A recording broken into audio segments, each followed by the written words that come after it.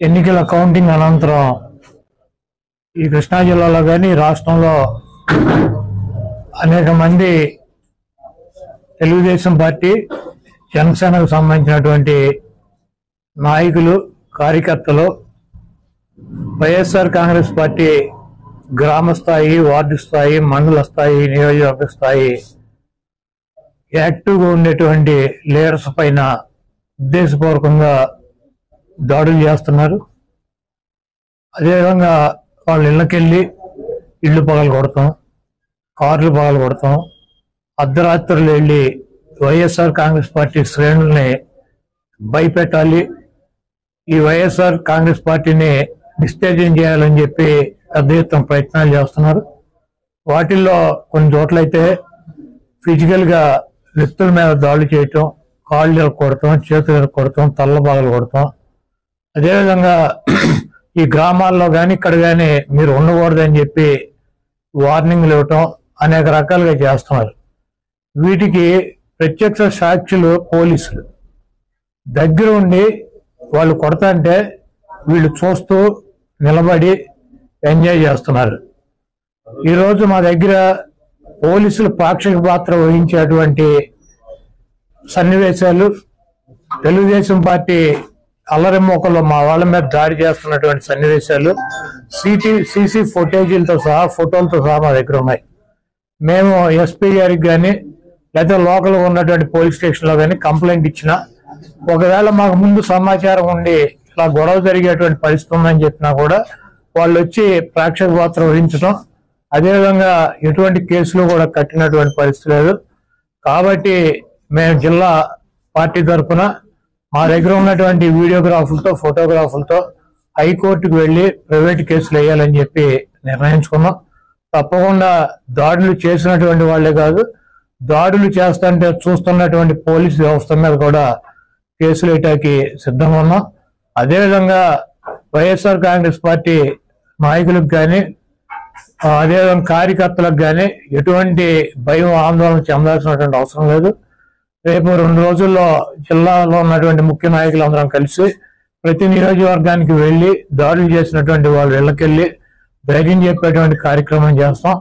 దీనికి జగన్మోహన్ రెడ్డి గారు కూడా మీరు ఎట్టి పరిస్థితుల్లోనూ కార్యకర్తలు కానీ, నాయకులను కానీ జరుగుతున్నటువంటి దాడుల్ని మీరు చూస్తూ ఊరుకోవద్దు, పార్టీ అంతా యాక్టివ్ అవ్వండి, అందరూ ఒక వేదిక మీదకి వచ్చి వాటిని తిప్పి కొట్టాల్సిన అవసరం మన మీద ఉందని చెప్పి ఆయన కూడా చెప్పారు. కాబట్టి పోలీసు వ్యవస్థ ఒక అసమర్థమైనటువంటి వ్యవస్థగా ప్రేక్షక పాత్ర వహిస్తున్నటువంటి ఈ పోలీసు వ్యవస్థకి మరి మా నుంచి ఈ తెలుగుదేశం పార్టీ గోండాల నుంచి మా పార్టీ నాయకుల్ని, కార్యకర్తల్ని కాపాడుకోవటానికి మేము కూడా 2 రోజుల్లో రోడ్డు మీదకి వచ్చి ఎక్కడైతే మా వాళ్ళ మీద దాడులు జరిగినా, ఎక్కడైతే మా వాళ్ళని ఇబ్బంది పెడుతున్నారో ఆ ప్రాంతానికి వెళ్తాం. ఆ కాన్స్టిట్యున్సీకి కానీ, ఆ జిల్లాకు కానీ సంబంధించినటువంటి నాయకులందరూ కూడా పాల్గొంటారు. ఆ నియోజకవర్గంలో ఉన్నటువంటి లీడర్స్ కానీ, కార్యకర్తలు కూడా పాల్గొంటారు. తప్పకుండా లా అండ్ ఆర్డర్ ఇష్యూస్ కనుక వస్తే దానికి పోలీస్ వ్యవస్థే బాధ్యత వహించాలి.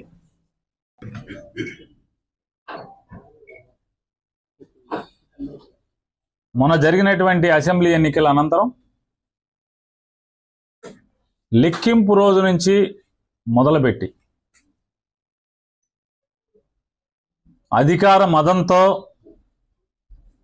Telugu Desam party, Janasena party rowdy మోకలు ఈ రాష్ట్ర వ్యాప్తంగా రెచ్చిపోయి ధ్వంసాలు చేస్తుంటే, మారణ హోమం చేస్తుంటే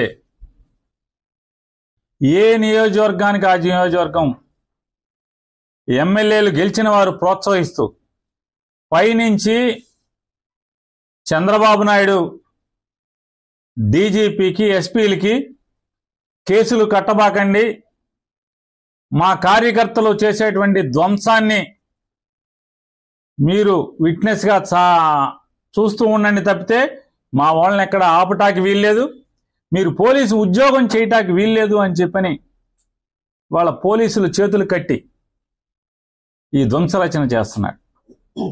ఈ రాష్ట్రానికి గతంలో బీహార్ ఎట్లా ఉండేదో, లేదా ఒక ఉత్తరప్రదేశ్ ఎట్లా ఉండేదో, ఇవాళ ఆంధ్రప్రదేశ్ రాష్ట్రాన్ని కూడా ఒక హింసా రాష్ట్రంగా, హింసారాజ్యంగా ఆయన తయారు చేస్తున్నటువంటి తండ్రి కొడుకు ఇద్దరు కలిసి చేస్తున్నటువంటి పరిస్థితులు.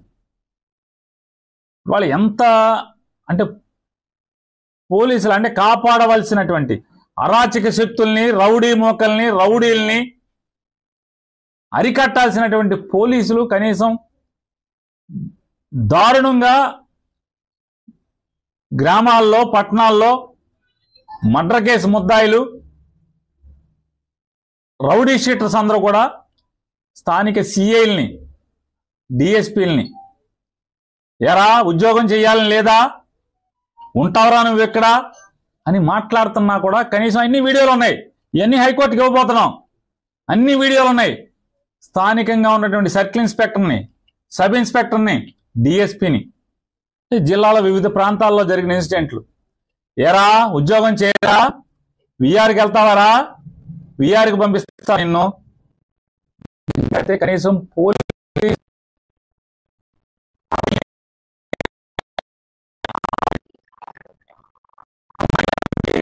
అంటే ఒక ఉదాహరణకి బార్లో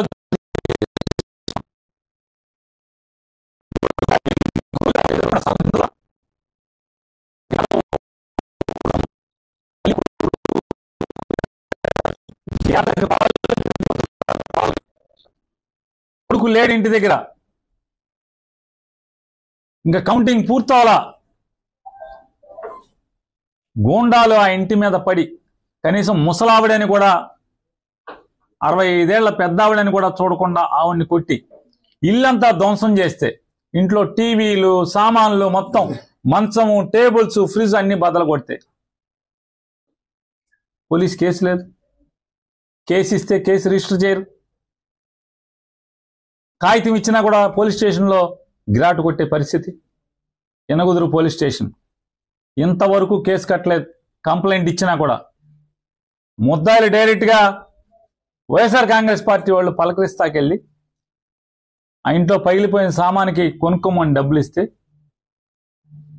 మేము వచ్చేసిన తర్వాత వెళ్ళి నువ్వెన్ని సామాన్లు వాళ్ళు కొనిచ్చినా సరే అన్ని బద్దలు కొడతామని చెప్పినా, పోలీస్ కంప్లైంట్ చేసినా, పోలీసులకు చెప్పినా నో పోలీస్, నో కేస్. చూడండి ఎంత బరి తెగించారో. పోలీసు ఎంత పతనావస్థలోకి తీసుకొచ్చాడో చంద్రబాబు నాయుడు. మా నుంచి ఈ తెలుగుదేశం పార్టీ గోండాల నుంచి మా పార్టీ నాయకుల్ని, కార్యకర్తల్ని కాపాడుకోవటానికి మేము కూడా 2 రోజుల్లో రోడ్డు మీదకి వచ్చి ఎక్కడైతే మా వాళ్ళ మీద దాడులు జరిగినా, ఎక్కడైతే మా వాళ్ళని ఇబ్బంది పెడుతున్నారో ఆ ప్రాంతానికి వెళ్తాం.